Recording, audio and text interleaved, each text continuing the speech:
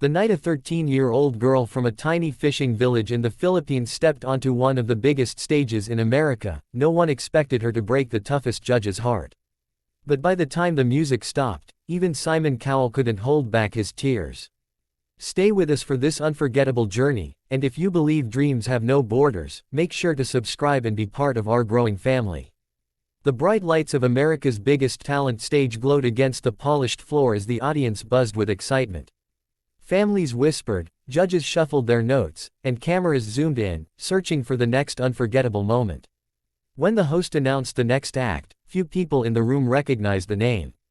A 13-year-old dancer from the Philippines. She walked out slowly, small in frame but steady in her steps. Her name was Alina, and she came from a coastal village near Cebu in the Philippines. The camera caught her shy smile as she waved nervously at the crowd. Her long dark hair was tied back neatly, and her costume was simple compared to the sparkling outfits of other contestants.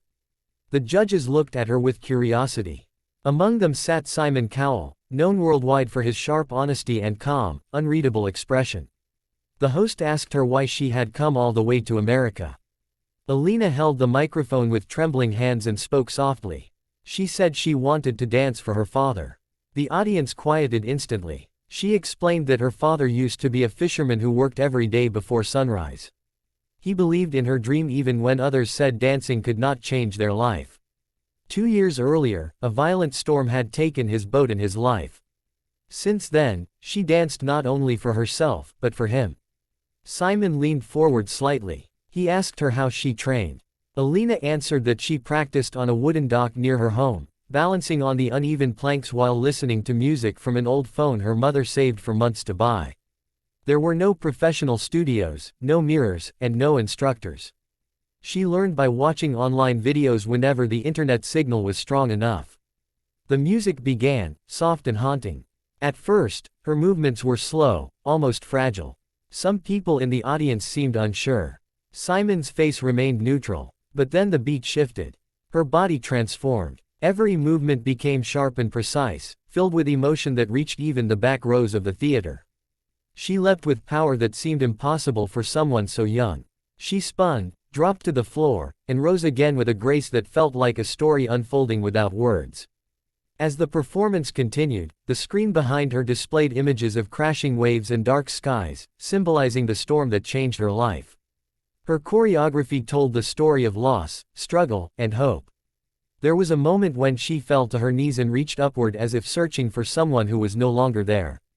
The audience grew silent. You could hear sniffles from different corners of the theater. When the music reached its final crescendo, she executed a breathtaking jump, landing perfectly before freezing in a pose that felt both strong and vulnerable. The room exploded in applause. The judges stood. Simon did not stand immediately. He remained seated, his eyes fixed on the stage. The host asked the judges for their thoughts. One judge called it the most heartfelt dance of the season. Another praised her storytelling and control. Then it was Simon's turn. The camera zoomed in as he took a deep breath. He said that he had seen thousands of performances over the years, but very few that felt truly honest. He admitted that he could see her father in every movement. His voice wavered slightly. The audience noticed. Just as it seemed the moment could not grow more emotional, a twist unfolded. Simon revealed that before the show, he had spoken to Alina's mother backstage. He shared that her family had struggled to afford the trip to America, selling nearly everything they owned. The audience gasped. Alina looked surprised, clearly unaware that Simon knew the full story. Simon paused. He said that sometimes talent is impressive, but courage is unforgettable. He reached for the golden buzzer. The room held its breath. When he pressed it, golden confetti rained down from above.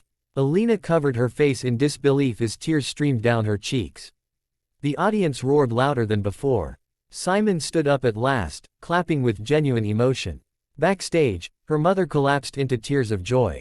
The camera showed her whispering a prayer of thanks.